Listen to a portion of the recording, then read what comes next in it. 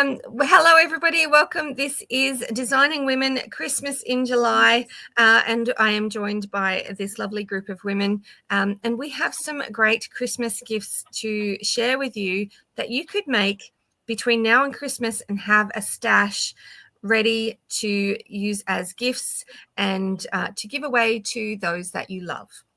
So we're going to start off with a bit of a question, though, about dessert, because diets seem to go out the window at Christmas time, and Definitely. let's have some dessert. So what are our favorite desserts? I'm going to start with Laura. Well, I grew up in the South, y'all, so we're supposed to have an all-white cake at Christmas. So I usually make a cake called Cherries in the Snow, which is a white cake with a white icing, and it has cherries in between the levels. But I always make cookies. So the things that I'll only make at Christmas are homemade shortbread cookies and homemade gingerbread cookies. Yum. That sounds good. It does. Charisma, what's yours? Well, so I am a classic chocolate chip cookie lover, but that's all year long really. But Christmas just gives me an excuse to really overindulge on those. But something that we always make just at Christmas time is something that years and years ago, when my kids were really little, someone from our church gave us a loaf of what is called orange candy bread, and it's made with those orange gummy slices, and it has dates and nuts and all this stuff. So we have her recipe and we make it every year, and it's a family favorite. So I would say specifically Christmas, it would be orange candy bread. That also love sounds that. That sounds really different. I can't wait to see that recipe. Yeah, it's delicious. It sounds crazy, but it's really good. I mean, my kids love it. We all love it. So sounds great. And what about you? Well, I also, like Laura, is a gingerbread nut. I love making gingerbread cookies at Christmas time. That's sort of one of my things that I do. And I love making gingerbread houses. And I have made a gingerbread house in the shape of the quilt barn, my house, a derelict barn, all those sort of things. But the dessert that I make most is called a chocolate ripple cake. And in Australia, we have these biscuits called chocolate ripple biscuits. And they're just sort of fairly basic chocolate, but they've got this ripple sort of on the top. And when I say chocolate, it's not like chocolate in a bar kind of chocolate. It's a chocolate cookie. And you dip them in some juice or maybe some alcohol if you've got no kids at the Christmas table, and then whipped cream. And you put them on the side and then slather the whole thing in whipped cream. And I make it in the shape of a wreath. And the best thing is that Arnott's actually make them in a gluten-free version, so my husband can have them because it is his favorite dessert of all time. And of course, they go all sort of soft and soggy. So basically, by the time you're cutting through this cake, it's just a chocolate, cakey, gooey, creamy, very, very decadent dessert. So that's my favorite for Christmas. It also works with gingerbread biscuits as well. Ooh, I've never tried it with gingerbread biscuits. Yeah, maybe next year. Adds a bit of a kick. It's pretty good. Jen, what about you? We need to tell the people in the U.S. that what y'all are calling biscuits, we call cookies, because we're from biscuits are like a savory scone. Yeah, I had to switch that because it is when I think of biscuits, I think of biscuits and gravy that people have for breakfast, and it's like those biscuits. No. Okay, so biscuits in Australia is sort of more the English kind of version, and it's a biscuit is something that actually has a crunch. So when you crack a biscuit, it actually cracks and crunches. Where we sort of call things cookies as well, but cookies are more soft, so there's no crack to a cookie. Anyway, some Australian American things. The technical version. Yeah. Jen, what's your favorite dessert at Christmas time? So this was hard. I'm not a sweets person. I'm like a salty, savory, mow through chips and salsa and pizza, like that kind of stuff. So for me, I think my favorite dessert probably would be for Christmas. We make these things called chocolate peanut butter balls. Some areas call them Buckeyes in the U.S. and they're more of a savory salty because it's basically like crumbled up graham crackers with peanut butter, and then you mash it all together and then you roll it in chocolate. So it's kind of got that crunchy, salty, savory peanut butter, but then it's got that touch of sweet because I do mine in dark chocolate because it's not real sweet. But it's almost like you're eating a yummy peanut butter cup that doesn't have that like chemically taste that like certain brands of peanut butter cups do. Well, they call it a brand They here. sound nice. But those are my favorite dessert when it comes to snacking. Sounds great. And what about you, Raylee? Mine is something that I've not made for quite some time because eggs are a little bit of a commodity in Australia at the moment. Luxury. So, my family enjoys pavlova, and I do make pavlova in more of the English style, which means less white fluff and more meringue, if that makes sense. And if you bake it just right, it's chewy and it tastes amazing. And you can either make it vaguely healthy by adding fruit, or you can go full on chocolate shavings and all that sort of stuff. So really, is this like cake? No, it's meringue basically. But if you do it as a cake, like not a little meringue, it's like a cake. And flatter, we're talking big. The mixture is basically egg white and sugar. And it's just divine. All right, now that we have shared our favorite Christmas desserts, we are going to launch into sharing about projects that we want to highlight to you that are quick and easy. Some of them are new and that you can make between now and Christmas and have on hand as gifts to give to those people that you love. So we're going to go around the screen again. And we're going to show you what we've got that might inspire you to make as Christmas gifts. Some of these are perfect for scraps. Some of them you can tailor exactly to your color choices, but they're designed to have fun and to be quick and easy. So let's kick off with that. We're going to start with Laura. Hi guys, my project is a bag that I've revamped. So a couple of years ago, I was asked to make a trick-or-treat bag for kids to gather trick-or-treat candy in. As a mother of 3 boys, we usually ended up with pillowcases. So this is a cinch sack. It's a quilted cinch sack that they can wear on their back. Well, Halloween isn't really appropriate for the holidays. And I participate every year with our church in Operation Christmas Child. And they recommend a cinch sack be put in the boxes so that the children have a way to carry the gifts that you've given them as well as their school books and things. So I have revamped the cinch sack so that you can make them and include them in your Operation Christmas Child box. If you're going to give them to someone you know, you can make them any way you would like.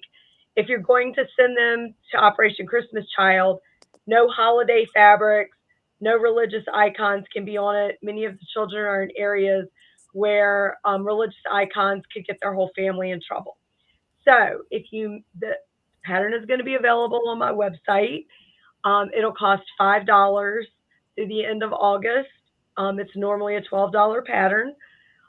If you buy the pattern and make a bag, if you send me a picture of you donating it to Operation Christmas Child, I will give you a $5 coupon to use towards another purchase in my website.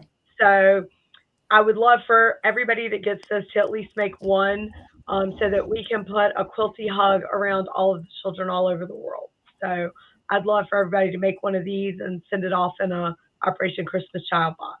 I love that, Laura. I love the colors too. Yeah. I can see that in some ombre sort of blues or something like that as well. It'd be so good. Gorgeous. Lots of options. I think I have a few things in my stash that might be perfect for those. That's a lovely offer too. Thank you, Laura. Laura, what did you use on the strap? It's a folded strip of fabric. Got it. So I cut the fabric 3 inches and then folded it like bias tape into the middle and then in half. Very And cool. the fabrics are Terry Van den Bosch's vegetable line. So this will be great for like the farmer's market, you know, as your reusable bag. Cool. They're also fantastic for gym bags if you still have kids at home, because you can throw it in the washing machine. It's completely fabric and it won't disintegrate, and perfectly good. But yes, the straps are just fabric. I lined them with some SF 101 just to give them a little extra oomph, which is just the interfacing. Yeah, cool. Very versatile, in other words. That's awesome. Cool. All righty, moving on to Charisma. What have you got for us? Hi, everybody. So I live in a place called Deer Park, Washington, because there's a few in America that have the name Deer Park. And so it's sort of a thing around here. And with the holidays, deer are on a lot of merchandise and fabrics and different things. So I have one called Deer Christmas. Deer Christmas. It's hanging up behind me. So it's like a little wreath with a little gift in the center, and then the deer antlers and birds and little snowflakes. I would say it might be like a little bit more of an intermediate project, but it's a perfect lap quilt. It's beautiful. It doesn't have to be in holiday specific fabrics, and it could just be winter themed. And I also have this quilt right here. I'm doing a whole video series throughout July and the middle of August called Homestead Patchwork. And it is a series of blocks, like a block of the month. It's block of the month friendly. They're all very simple blocks. And I have kits for both of these. And Dear Christmas will be 25% off for the kit or the pattern in my shop for the month. So, Dear Christmas. Charisma, I feel like your quilt is perfect for folks to make and then use as like a photo background, and they can have like, you know, photograph themselves right in front with antlers. Yes. Like this? Yes. Pretty much. I need a red clown nose so somebody can be Rudolph. I have a bit of a plan now that I have my wall back in my family room that I can hang quilts on. I do want to have a series of quilts that are suitable throughout the year. Whether I end up with like something I can change out every month remains to be seen, but that might be perfect for December. So very cool. Lovely. What's the size of the quilt, Charisma? Because it looks beautiful just hanging as a wall hanging. I love it. Yeah, it's 64.76, and that's with a kind of a small border. So you could even make it a little smaller if you needed it to fit a little area, but perfect lap quilt size, really. Yeah, lovely. Perfect. Beautiful. Sounds great. All right, and what have you got for us? Okay, so I have gone very different. And I was sitting one day and had this wonderful little idea, basically because I got this cute new fabric collection called Perfect Christmas, and it has got the cutest little cats in it, and the opening presents and all this. It's just lovely. And so I have made a cat placemat, or a cat-shaped placemat. So and you'll see by the pictures that are on my blog and website, I've styled them nicely with some cute kitty sort of crockery and things, but it's just the perfect size for a nice plate and bowl, little fork and spoon, and you can use the ears to put your little glass of water or whatever on. So I think that's just the cutest thing, and I could just imagine everybody sitting around the table with their cat placemats. And then I went, oh my gosh, you could actually make it in some, you know, that coated kind of fabrics, and it could be where your cat eats too. I could just imagine a little kitty cat coming up and having their breakfast on the cat placemat. So that's what I've got. It's a quick and easy one. I've got a lovely YouTube tutorial for it, and it's just a very low cost pattern because we've got the PDF of the actual template and instructions for you as well. So that's mine. That's adorable. That would be cute because my cat is actually quite messy when she eats, and I do have a placemat down for her, You can put it on a plate and she will still drag something off. It's always the way, isn't it? Yeah, it's cat food. It's not like it needs to be killed. So but they probably still think it should be. yeah, probably. Fantastic. And that would be perfect in so many different colors. You could easily customize all of our projects. Exactly. Yeah. For your own sort of I use just a very sort of dark coloured background because obviously I realise these are going to go through the washing machine a lot of times, and they go through the washing machine really well, and you just give them quick press with the iron. Obviously they do get stained after a while, but that's what your stash is for. You just make some more. That's it. Perfect. So, Anne, I don't have any grandkids, but all 3 of my sons have cats. So I think I'm going to be making a dozen cat placemats for my grandkitties. Your grandkitties. That's cute. I like that. Jen, you're up. Hey guys, okay, so I've got 2 projects I'm going to share with you today quickly. So the first one, these are perfect scrap busters for all those extra pieces of Christmas fabric that you have laying around. These are Christmas tree napkins, and what I love about these is they're like these cute little scrappy napkins, but they fold up, so they're actually like full size. So what you do is you just cut 2 pieces of fabric. As long as they coordinate, they will work. And what's great is, you know, I've got these in all random colors, and when you put them all out on your kitchen table for Christmas or your dining room table for Christmas, they look adorable, all different scrappy fabrics. So I love using up those extra pieces, and kind of like Anne's placemats, I love functional things, right? It's always great to gift somebody something that they can just use right away. So these are super fun. These are out there on our website. We'll be sharing that with you guys today, and they're free, which is awesome. And the other project I have is something that you can gift to folks. So these are pocket prayer quilts, and they're just these little tiny mini pocket prayer quilts. They've got little scripture verses on the back, which are perfect for here at Faith and Fabric. And I'm going to show you guys, we have a video tutorial on how to make these. So there's a bunch of different styles. Again, these are great little scrap busters because they actually finish at like 2 inches by 2 inches. They're really tiny. Here's for comparison size. But they're neat because when you have that moment, or you're gifting these to a friend or maybe to a child when going back to school, they have a little token inside. Now, faith-based, you can put a little cross in here. If you're just gifting it to a non-faith-based person, that's perfect. You can put a little penny for good luck in here. But it's neat to kind of keep these in your pocket or with you and kind of just have that. You know, I have a son who's 13, and he always has him and his buddies fidget toys. And so it's almost like a fidget toy because there's something in there. So the video will show you how to make these. We have a full kit that includes the fabric you need to make it. It's got the 6 different scripture verses that's included. We've got the batting included. So all you'll need are whatever scraps you have. There's little plastic crosses included. And then it even comes with gift bags. So after you make it, you can drop it in the little gift bag, cinch it closed, and then you can gift these, and you don't even need to wrap them, right? They're ready to go. So 2 super fun, quick and easy projects for you guys to make really for Christmas with a napkin or just any time of year. Beautiful. Fantastic. I love those Christmas tree napkins. Yeah. They're fun and functional. And I might have a few Christmas fabric scraps around, so I'm going to be trying to make those. Yep. Jen, those little prayer quilts, when you put them in the little bags and pull the drawstrings on them, you could actually hang them on the Christmas tree.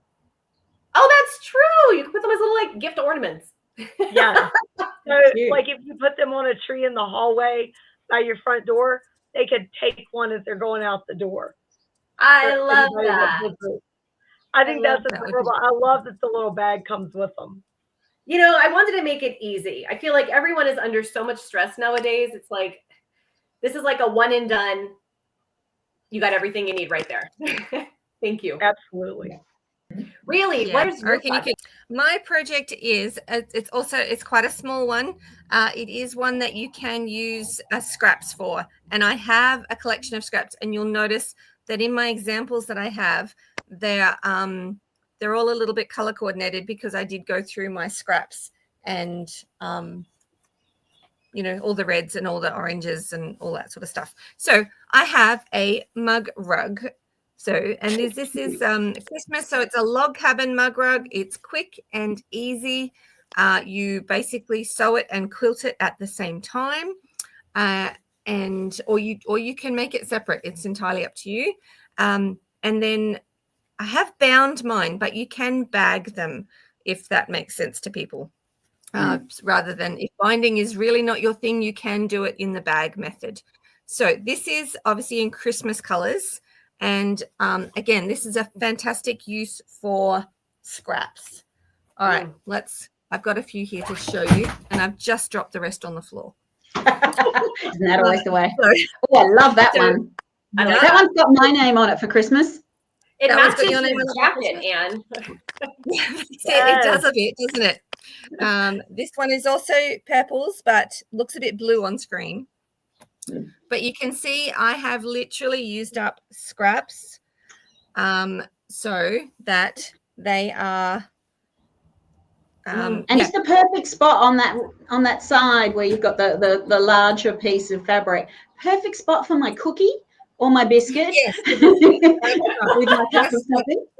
That's the goal. Put your cup and your cookie. It's a bit bigger than a coaster. You know, it's sort of quite useful. Oh, I've got one here that, look, it's not finished. Done. Not done, but I started on the oranges. So what a great way to use your scraps, though. Yeah. Oh, absolutely. So if you've got scraps and you've finished other things, cut them into like 1 inch strips or 1.5 inch strips probably. Then you've got and you can use them all up. Look, I've got some there where the strip wasn't long enough, so I've actually joined it together, and it doesn't matter. So if you've got scraps, it's an ideal project. So they are up on the website. We'll have a video available, and you'll be able to make a whole heap. Probably they're really good as those, what's that, leader and ender projects type thing where you're sewing something. Yeah, perfect for that as well. So that is our range of projects that you've got to, and there's a whole heap. You can get into a big project with Christmas Quilt. You can use up scraps. You can use coordinated fabrics with Jen's and Anne's and Laura's. Mine is perfect for scraps. So you've got a variety of things to make for Christmas. Think about if there's a particular person that you would like to give these to, then you could maybe coordinate colors to be more appropriate for that person, such as Anne. If I was making anything for Anne, I would certainly include purple in there somewhere so that it was, it's on brand. Exactly.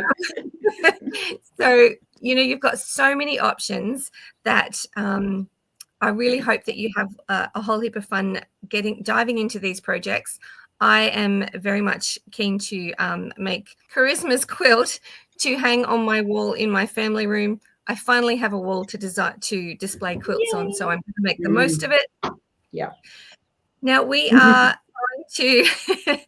going to be sharing all of these on our blogs and YouTube on the 25th of this month, July. Links below. And lots of links below, yes. That's it. The links will be below, and we will share all of our projects with you.